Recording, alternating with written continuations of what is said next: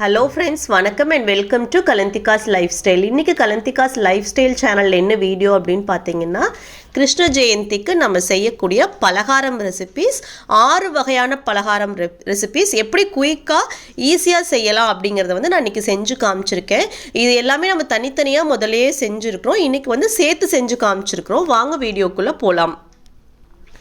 முதல்ல நம்ம பார்க்க போற ரெசிபி என்னன்னு பாத்தீங்கன்னா அதிரசமும் சீடையும் ரெண்டுக்கும் ஒரே மாதிரி பச்சரிசி மாவு வேணும். அதுக்கு முதல்ல மாவு ரெடி பண்ணிக்கலாம். நான் 2 கப் மாவு பச்சரிசி எடுத்துக்கிறேன்.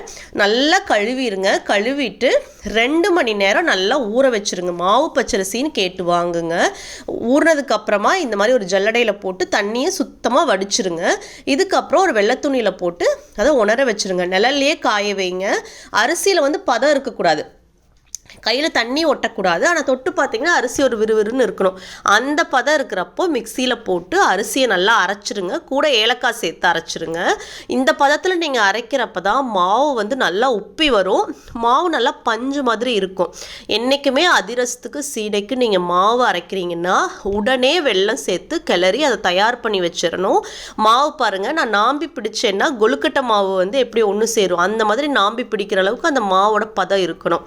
இப்போ 2 கப் அரிசிக்கு 2 கப் வெள்ளத்துருவலை வந்து நம்ம பாகு எடுத்துக்கலாம். பாகுக்கு ஒன்றும் பெரிய ப்ரொசீஜர் இல்லை. ஒரு ஸ்பூன் தண்ணி விட்டு வெள்ளத்தை உருக்குனீங்கன்னா இந்த மாதிரி நுரைச்சி வரணும். வெல்லம் ரொம்ப வந்து கம்பி பதம் உருட்டு பதம்லாம் எதுவுமே தேவையில்லை. மேலே நுரைச்சி வந்த உடனே அதை ஆஃப் பண்ணிவிட்டு வடிகட்டி நம்ம மாவோட சேர்த்துக்கிறோம். நம்ம எடுத்துருக்கிற மாவை நான் 2 பகுதியாக பிரிச்சுட்டேன். ஒரு பகுதி வந்து அதிரசத்துக்கும் இன்னொரு பகுதி வந்து சீடையும் செய்ய போகிறோம். இப்போ வந்து உருக்குன வெள்ளத்தை அதிரசத்துக்கு எடுத்த மாவுக்குள்ளே ஊற்றி கலந்துட்டேன்.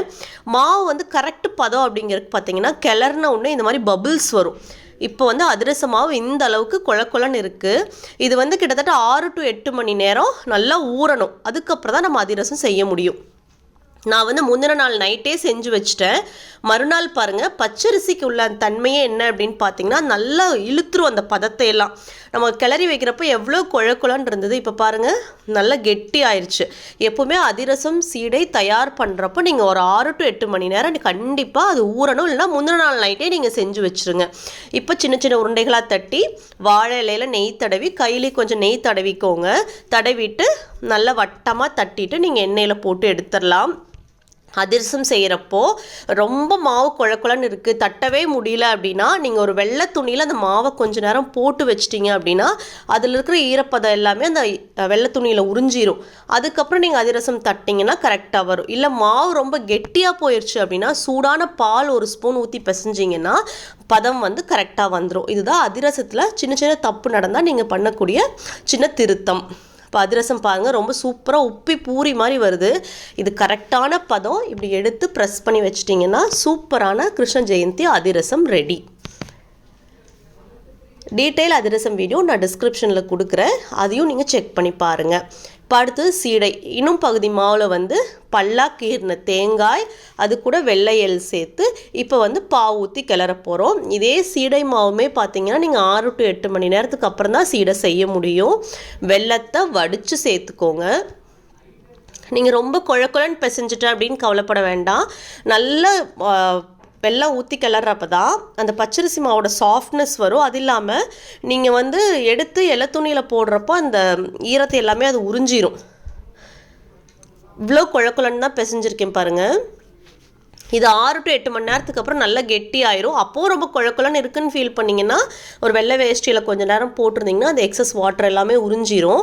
பட் இப்போ இது தேவைப்படாது பாருங்கள். கரெக்டான பதத்தில் இருக்குது. நம்ம ஊற்றி வைக்கிறப்ப பார்த்தா ரொம்ப தண்ணியாட்டு இருக்குது, தண்ணி விட்டு வருது, இது எப்படி நம்ம சீடை செய்ய போகிறோம்னு நினைக்கலாம். ஆனால் இதுதான் கரெக்டான பதம். அதிரசம் சீடை செய்கிறப்போ மிக்ஸ் பண்ணுறப்போ நல்லா லூஸாக இருக்கணும். அது வந்து உறிஞ்சி வர்றப்போ பார்த்தீங்கன்னா இந்த மாதிரி நல்லா கெட்டி ஆயிரும். சீடை நம்ம ரொம்ப டீட்டெயிலாக வீடியோ போட்டிருக்கோம் 2 வருஷம் முன்னாடி கிருஷ்ண ஜெயந்திக்கு. அதை நிறைய பேர் பார்த்துட்டு நல்லா இருக்குன்னு சொன்னீங்க. அந்த வீடியோக்கான லிங்க் எல்லாமே நான் டிஸ்கிரிப்ஷனில் கொடுக்குறேன். நீங்கள் இண்டிவிஜுவல் வீடியோவுக்கு நீங்கள் செக் பண்ணி பார்த்துக்கோங்க. இப்போ வந்து நான் எதுக்காக இந்த வீடியோ காமிக்கிறேன் அப்படின்னா நீங்கள் பிரசாதமாக செய்கிறப்போ வேலை ஈஸியாக ஒரே மாவில் அதிரசம் சீடை எப்படி செய்கிறது அப்படிங்கிறது தான் காமிக்கிறேன். இப்போ பாருங்கள், நான் ரவுண்டாக உருட்டுறப்போ பதம் கரெக்டாக வருது. நீங்கள் ஒரே சைஸில் மாவு எடுத்து வச்சுக்கிட்டு அதுக்கப்புறம் உருட்டி கொஞ்சம் நான் வந்து தேங்காய் எண்ணெயில் பொரிச்சு எடுத்துருக்கேன். நீங்கள் நெய்யும் போட்டு பொரிச்சு எடுத்துக்கலாம், இல்லை நெய்யும் எண்ணெயும் கலந்து கூட செய்யலாம். அது உங்களுக்கு எப்படி டேஸ்ட்டோ அப்படி பார்த்துக்கோங்க. நான் பொரிக்கிறது எல்லாமே தேங்காய் எண்ணெயில் தான், சுத்தமாக வீட்டில் பண்ண தேங்காய் எண்ணெய். ஸோ அது வந்து யார் யாருக்கு என்னென்ன எண்ணெயில் விருப்பமோ அதை நெய்யிலையோ எண்ணெயிலையோ நீங்கள் பொரிச்சு எடுத்துக்கலாம். சீடை வந்து ரொம்ப பர்ஃபெக்டாக வரும். இந்த மெத்தடில் செஞ்சிங்கன்னா டீட்டெயில் ரெசிபியும் செக் பண்ணி பார்த்துக்கோங்க. நல்லா நீங்கள் பெரட்டி விட்டுட்டே இருங்க எண்ணெயில், அப்போ எல்லா பக்கமும் ஒரே மாதிரி வேகும். அடுத்து நம்ம பார்க்க போகிறது முறுக்கும் தட்டையும் ரெண்டும் ஒரே மாவு மிக்ஸ் பண்ணி எப்படி அதில் முறுக்கும் செய்யலாம் தட்டையும் செய்யலாம். பிரசாதமாக செய்கிறப்போ குயிக்காக எப்படி செஞ்சு முடிக்கலாம் அப்படிங்கிறது தான். ஒரு கப் உளுந்து வந்து நல்ல லோ ஃப்ளேமில் மணம் வர அளவுக்கு வறுத்து அரைச்சி முதலே பவுட்ரு பண்ணி ஜலிச்சு எடுத்து வச்சுக்கோங்க. இப்போ வந்து 2 கப் பச்சரிசி மாவு எடுத்துருக்கிறேன். இது வந்து கடையில் வாங்கின பச்சரிசி மாவு வறுத்து வச்சுருக்கேன் ஜலிச்சு, அதில் 2 கப்பு. அந்த 2 கப்புக்கு பார்த்தீங்கன்னா 2/4 கப் வந்து நம்ம வறுத்தோம் இல்லையா உளுந்து, அதை அரைச்சி ஜலிச்சு வச்சிருக்கிறேன் அந்த மாவு. அதாவது என்ன கணக்கு அப்படின்னு பார்த்தீங்கன்னா 1 கப் நீங்கள் பச்சரிசி மாவு எடுத்தீங்கன்னா அதில் 1/4 கப் வந்து உளுந்து மாவு சேர்க்கணும். இது வந்து முறுக்குக்கும் அதுதான் தட்டைக்கும் அதுதான். 1 கப் இந்த கப்பில் பச்சரிசி மாவு எடுத்துருக்கிறேன், அதுக்கு வந்து 1/4 கப் வந்து உளுந்து. அப்போ 2 பச்சரிசி மாவுக்கு 2/4 கப் உளுந்து மாவு சேர்த்தாச்சு. இது கூட ஒரே 1 கப் பொட்டுக்கடலை மாவு, நம்ம பொட்டுக்கடலை வந்து அரைச்சி ஜலிச்சு ரெடியாக வச்சுக்கோங்க. இதெல்லாம் நம்ம முன்னாடியே செஞ்சு வச்சுக்கலாம். உளுந்து வறுத்து அரைச்சி வைக்கிறது, பொட்டுக்கடலை அரைச்சி வைக்கிறதுலாம் நீங்கள் முன்னாடியே ப்ரிப்ரேஷன் பண்ணி வச்சுக்கோங்க. இப்போ ஒரே 1/4 கப் வந்து பொட்டுக்கடலை மாவு, உப்பு. இப்போ வந்து பேஸ் மாவு வந்து நான் ஒரே மாவு தான் முறுக்குக்கு தட்டைக்கும், ஃப்ளேவர் தான் சேஞ்ச் பண்ண போகிறேன். இப்போ உப்பு கலந்ததுக்கப்புறம் நல்லா கலக்கி விட்ருங்க. நீங்கள் தூள் பெருங்காயம் போடுறவங்களா இருந்தால் அதையும் இப்போவே சேர்த்து கலந்துருங்க.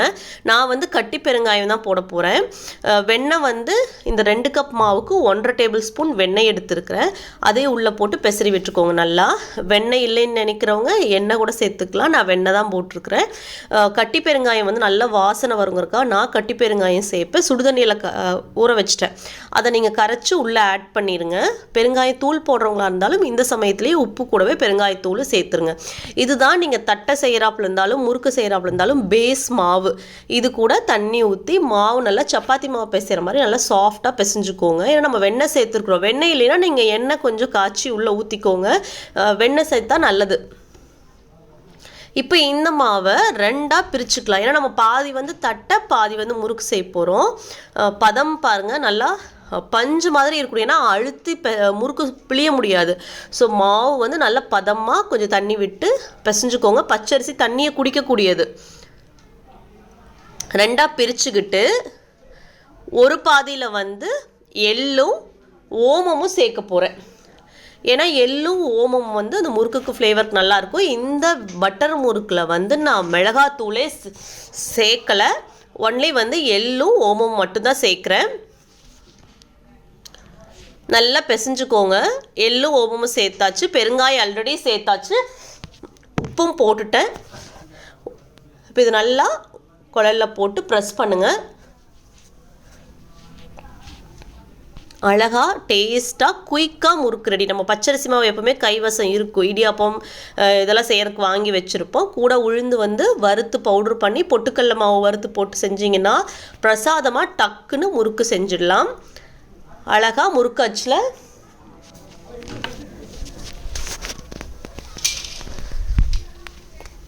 புழிஞ்சு நான் இதை வந்து பார்த்தீங்கன்னா தேங்காய் எண்ணெயில் தான் பொரிக்கிறேன். இதே வந்து நீங்கள் தேங்காய் பால் சேர்த்தியும் பிசையலாம். தண்ணிக்கு பதிலாக தேங்காய் பால் சேர்த்து பிசைஞ்சாலும் அதுவும் வந்து தேங்காய் பால் முறுக்கு ரொம்ப டேஸ்ட்டாக இருக்கும். அதுவும் ஆல்ரெடி நம்ம போட்டிருக்கிறோம். அதுக்கு எல்லாமே டீட்டெயில் லிங்க் வந்து நான் டிஸ்கிரிப்ஷனில் கொடுக்குறேன், இண்டிவிஜுவல் ரெசிபீஸ்க்கானது. நீங்கள் அதை செக் பண்ணி பார்த்துக்கோங்க. தண்ணிக்கு பதிலாக தேங்காய் பால் விட்டு பிசைஞ்சிங்கன்னா தேங்காய் பால் முறுக்கு ரெடி. அதுவும் ரொம்ப சுவையாக இருக்கும். பிரசாதமாக செய்கிறப்ப இதெல்லாம் நமக்கு குயிக்காக செய்யக்கூடிய ரெசிபீஸ். நீங்கள் காலையில் தான் நான் பிரசாதமே ஆரம்பிப்பேன் அப்படின்னா இதெல்லாம் டக்கு டக்குன்னு நீங்கள் வந்து மாவு வந்து எல்லாமே முன்னாடியே அரைச்சி வச்சிட்டிங்கன்னா அப்படியே பிசைஞ்சு குயிக்காக சுட்டு எடுத்துடலாம். இப்போ முறுக்கு ரெடி. அடுத்து வந்து தட்டைக்கு அந்த மீதி இருக்கிற மாவுக்குள்ளே 1 ஸ்பூன் கடலைப்பருப்பு வந்து ஒரு 1/2 மணி நேரம் முன்னாடியே தண்ணியில் ஊற வச்சுருக்கிறேன். தாளிக்கிற கடலைப்பருப்பு, கொஞ்சமாக மிளகாத்தூள், இதுக்கு கலர் ப்ளஸ் காரத்துக்கு, கூட வந்து பொடியாக நறுக்கிற கருவேப்பிலை. நீங்கள் வந்து நிலக்கடலைப்பருப்பு உடச்சி போடலாம், மிளகு போடலாம். அது வந்து யார் யார் என்னென்ன தட்டடை செய்யணும்னு நினைக்கிறீங்களோ அதுக்கு அதை ஆட் பண்ணிக்கோங்க, தப்பு கிடையாது. நல்லா மறுபடியும் தடவை பிசைஞ்சுக்கோங்க. என்றைக்குமே தட்டை செய்கிறப்போ தட்டை மாவு வந்து ஒரே மாதிரி இருக்கணும். நீங்கள் ஒரு தட்டை பெருசு ஒரு தட்டை சின்னதுன்னு போட்டிங்கன்னா எண்ணெயில் போடுறப்போ ஒன்று வெந்துடும் ஒன்று வேகாது. அதனால் முதல்ல தட்டை செய்கிறப்போ மாவு வந்து ஒரே சைஸுக்கு உருட்டி ஒரு பிளேட்டில் வச்சுருங்க. எல்லாம் உங்களுக்கு கண்ணளவு கையளவு ஒரே மாதிரி உருட்டி வச்சுருங்க. ரொம்ப எக்ஸாக்டாக வெயிட் போட்டு பார்க்கணுங்கிறதெல்லாம் இல்லை, பட் ஒரே மாதிரி உருட்டி வச்சிட்டிங்கன்னா தட்டி போடுறது ஈஸி. நிறைய தட்டுறப்ப என்ன பண்ணுவோம் அப்படின்னு பார்த்தீங்கன்னா தீபாவளி அப்போல்லாம் நல்ல வெள்ளை வேஷ்டியை லைட்டாக ஈரம் பண்ணி கொஞ்சம் விறுவிறுன்னு இருக்கிற மாதிரி அந்த துணியை விரிச்சு விட்ருவோம். அதில் தட்டி தட்டி எடுத்து நம்ம தட்டையை வந்து அதில் போட்டுருவோம் ஈர துணி மேலே. அது பதம் இருந்துகிட்டே இருக்கும். அதை வந்து நம்ம எண்ணெயில் போட்டு பொரிச்சு எடுப்போம். பட் நம்ம இப்போ பிரசாதமாக செய்கிறப்போ அவ்வளோ ப்ரொசீஜர் தேவையில்லை. இந்த மாதிரி பட்டர் பேப்பர் இருந்ததுன்னா அடியில் ஒரு பேப்பரில் எண்ணெய் தடவிட்டு மேலே பேப்பரில் எண்ணெய் தடவிட்டு ஒரு பாக்ஸ் அதாவது ரவுண்டு சம்படம் வீட்டில் இருக்கும் இல்லையா, அதை வச்சு நீங்கள் தட்டினீங்கனாலே ரவுண்டாக இந்த மாதிரி வந்துடும். பட் நடுவில் மொத்தமாக ஓரத்தில் லேசாலாம் இருக்கக்கூடாது. தட்டை வந்து மொத்தமும் ஒரே சைஸ் லேசாக இருக்கணும். நடுவில் வந்து அந்த ஃபோக்கில் ஓட்டை போட்டுருங்க, இல்லைன்னா பூரி மாதிரி உப்பி வரும். அந்த இடத்துல மொறுமொறுப்பு வராது. அதனால் இதை ஓட்டை போட்டு விட்டிங்கன்னா அந்த உப்பி வர்றது இருக்காது. தட்டை நல்லா ஒரே மாதிரி பொரிஞ்சு வரும். என்றைக்குமே தட்டை ஃப்ரை பண்ணுறப்போ ஃப்ளேம் வந்து ஓரளவுக்கு சிம் டு மீடியமில் தான் இருக்கணும். நீங்கள் ரொம்ப ஹெவி ஃப்ளேம் வச்சிங்கன்னா தட்டை மேலே செவந்து போயிடும், உள்ளே வந்து வதன்னு இருக்கும். ஸோ அதனால் எப்போ தட்டை பொரிச்சாலுமே ஃப்ளேம் வந்து குறைச்சி வைங்க. நம்ம எல்லாமே டீட்டெயில் ரெசிபி போட்டிருக்கோம் இதுக்கு முன்னாடியே. புழுங்கல் அரிசி தட்டை, பச்சரிசி தட்டை எல்லாமே நான் எல்லாமே டிஸ்கிரிப்ஷனில் கொடுக்குறேன். நீங்கள் கொஞ்சம் பொறுமையாக கீழே போய் செக் பண்ணிங்கன்னா தெளிவாக டீட்டெயிலாக லென்த்தியான ரெசிபீஸும் அதில் கீழே இருக்குது. இப்போ ஒரே மாவில் முறுக்கும் செஞ்சிட்டோம், தட்டையும் செஞ்சிட்டோம். ரொம்ப குயிக்கான ப்ரொசீஜர் தான். பிரசாதமாக செய்கிறப்ப இது ரொம்ப ஈஸி. அடுத்து பார்க்க போகிற ரெசிபி என்னன்னு பார்த்தீங்கன்னா லட்டு செய்ய போகிறோம். பொட்டுக்கடலை மாவு லட்டு. பொட்டுக்கடலை 1 கப், அதே அளவு வந்து நம்ம நாட்டு சர்க்கரை எடுத்துக்கிறேன். நீங்கள் ஒயிட் சர்க்கரையும் எடுத்துக்கலாம், வெல்லமும் எடுத்துக்கலாம். பொட்டுக்கல்லையை அரைச்சி ஜலிச்சுக்கோங்க. அந்த சிறு சிறு கட்டிகள்லாம் இருக்கக்கூடாது. நைஸாக இருந்தால் தான் லட்டு வந்து உருண்டு பிடிக்க முடியும். நல்லா ஜலிச்சு எடுத்துக்கிட்டு நான் வந்து நம்ம நார்மலாக நாட்டு சர்க்கரை ஆர்கானிக் சர்க்கரை தான் எடுத்துருக்கிறேன். இது வந்து சின்ன சின்ன கட்டி இருக்கும் இந்த மாதிரி நாட்டு சர்க்கரை பார்த்தீங்கன்னா. அதனால் மிக்சியில் ஜஸ்ட் ஒரு சுற்று விட்டுட்டிங்கன்னா அந்த கட்டியெல்லாம் உடஞ்சி போயிடலாம். நீங்கள் உருட்டுறப்போ அந்த கட்டி தனித்தனியாக வந்துடும். ஸோ லைட்டாக மிக்சியில் ஒரு சுற்று விட்டிங்கன்னா அந்த சின்ன சின்ன கட்டி கூட உடஞ்சி வந்துடும். இப்போ இந்த கிறிஸ்டலைஸ்டு நாட்டு சர்க்கரை இருந்தாலும் நீங்கள் சேர்த்துக்கலாம், இல்லை வெள்ளத்தை பாகா காய்ச்சி ஊற்றலாம். அஸ்கா சர்க்கரை இருந்தாலும் ஒயிட் சுகரை வந்து நீங்கள் பவுடர் பண்ணியும் சேர்க்கலாம். பட் பிரசாதம்னு வர்றப்போ நம்ம நாட்டு சர்க்கரை வெல்லம் சேர்த்தா நல்லாயிருக்கும். அதனால் நாட்டு சர்க்கரை சேர்த்துருக்கிறேன். அதை பவுடர் பண்ணி இந்த பொட்டுக்கல்லையோட ஏலக்காய் சேர்த்து அரைச்சிக்கோங்க. பொட்டுக்கடலை அரைக்கிறப்பவே இந்த நாட்டு சர்க்கரையை உள்ளே கலந்துட்டு நல்லா சூடாக நெய், உருக்குன நெய் வந்து நல்லா சூடாக உள்ளே ஊற்றுனீங்கனாலே அந்த சர்க்கரை வந்து உருகி வந்துடும். அப்போ வந்து உருண்டை பிடிக்கிறதுக்கு பதம் கரெக்டாக இருக்கும். அந்த நெய்யை ஊற்றி நல்லா பிசைஞ்சிங்கனாலே அந்த நாட்டு சர்க்கரையிலேருந்து அந்த பதம் வந்துடும். ஈஸியாக உருண்டை பிடிச்சிடலாம். இது வந்து பிரசாதம்னு இல்லை, இது வந்து ரொம்ப நல்லது குழந்தைங்களுக்கு. சின்ன வயசில் வந்து எங்களுக்குலாம் நிறைய பொட்டுக்கல்ல உருண்டை கொடுப்பாங்க. இதுதான் வந்து ரொம்ப பெரிய ஸ்நாக். ஃபுல்லாக நெய், பொட்டுக்கல்ல, ப்ரோட்டீன் அவ்வளோ நல்லது உடம்புக்கு. சின்ன குழந்தைங்களுக்கு வந்து நிறைய கொடுக்கலாம். நீங்கள் ஸ்நாக்காகவும் ஸ்கூலுக்கு கொடுத்து விடலாம், சாயந்தரம் வந்தாலும் சாப்பிட கொடுக்கலாம். பிரசாதமும் ரெடி. அடுத்து முக்கியமான ரெசிபி என்னென்னு பார்த்தீங்கன்னா அவல் பாயசம். இதுவும் நம்ம நிறைய முறையில் செஞ்சுருக்கிறோம். கிருஷ்ணருக்கு வந்து நிறைய எதுவும் கொடுக்கலைனாலும் ஒரு பிடி அவல் போதுன்னு சொல்லுவாங்க. ஸோ அவல் இல்லாமல் கிருஷ்ண ஜெயந்தி ரெசிபி கண்டிப்பாக இருக்காது. அவல் பாயசம் செய்யறதுக்கு இந்த கப்பில் 1 கப் அவலை தான் நான் வாஷ் பண்ணி எடுத்து வச்சுருந்தேன். அதில் 2 கப் பால் வந்து ஒரு பாத்திரத்தில் ஊற்றி நல்லா பால் சூடானதுக்கு அப்புறமா அவல் வந்து உள்ளே போட்டு வேக விட்டுருங்க. அந்த 1 கப் வெல்லத்தை வந்து தனியாக உருக்கிடுங்க. உருக்கிட்டு தான் இந்த அவலோட சேர்க்க போகிறோம். எப்போ வெல்லம் ஊற்றினாலும் வடிகட்டிட்டு ஊற்றுங்க. ஏன்னா மண் அந்த டஸ்ட்லாம் இருக்கும், அது வந்து அப்படியே நம்ம வாய்க்கு தட்டுப்படும் சாப்பிட்றப்போ. அப்படி ஊற்றக்கூடாது. வெல்லத்தை வடிகட்டிட்டு அதுக்கப்புறம் நல்லா பாலில் வெந்த அவலுக்குள்ளே வெல்லப்பாக சேர்த்துருங்க. இது கூட நல்லா கெட்டியான தேங்காய் பால் 1 கப் சேர்க்குறேன். தேங்காய் பால் ஊற்றுனதுக்கப்புறம் ரொம்ப கொதிக்க விட வேண்டாம். ஒரு 1 to 2 நிமிஷம் அதோட போதும். அந்த சூட்லேயே தேங்காய் பால் வந்து அந்த கலந்துரும். அதுக்கப்புறமா முந்திரி திராட்சை போட்டு இறக்கி வச்சுருங்க. தேங்காய் பால் அரைக்கிறப்பே நான் ஏலக்காய் போட்டு அரைச்சிட்டேன். நீங்களும் அதே மாதிரி அரைச்சிக்கோங்க. அவல் பாயசம் வேறு முறையிலையும் செஞ்சுருக்கிறோம். அந்த வீடியோவும் டிஸ்கிரிப்ஷனில் கொடுக்குறேன், செக் பண்ணி பாருங்கள். ஸோ ரொம்ப அருமையான குயிக்காக செய்யக்கூடிய பிரசாத வகைகள் எல்லாமே நம்ம ஆட் பண்ணிட்டோம். கிருஷ்ண ஜெயந்திக்கு இதெல்லாம் நம்ம காலையில் ஸ்டார்ட் பண்ணால் கூட சாமி கும்பிட்றதுக்குள்ள இந்த பிரசாதம் எல்லாமே செஞ்சிடலாம். அதிரச சீடை மட்டும் கொஞ்சம் முன்னாடி நாளே நீங்கள் ப்ரிப்ரேஷன் பண்ணி வச்சிட்டிங்கன்னா அடுத்த நாள் செய்கிறப்ப ஈஸியாக இருக்கும். டீட்டெயில் ரெசிபி கண்டிப்பாக டிஸ்கிரிப்ஷனில் இருக்குது, செக் பண்ணி பாருங்கள். இந்த பதார்த்தங்களோட உங்கள் வீட்டு கிருஷ்ண ஜெயந்தி நீங்கள் சூப்பராக செலிப்ரேட் பண்ணுங்கள். ஸோ கலந்திகாஸ் லைஃப் ஸ்டைல் சேனலை தொடர்ந்து பாருங்கள், லைக் பண்ணுங்கள், ஷேர் பண்ணுங்கள், மறக்காமல் சப்ஸ்கிரைப் பண்ணுங்கள். தேங்க்ஸ் ஃபார் வாட்சிங்.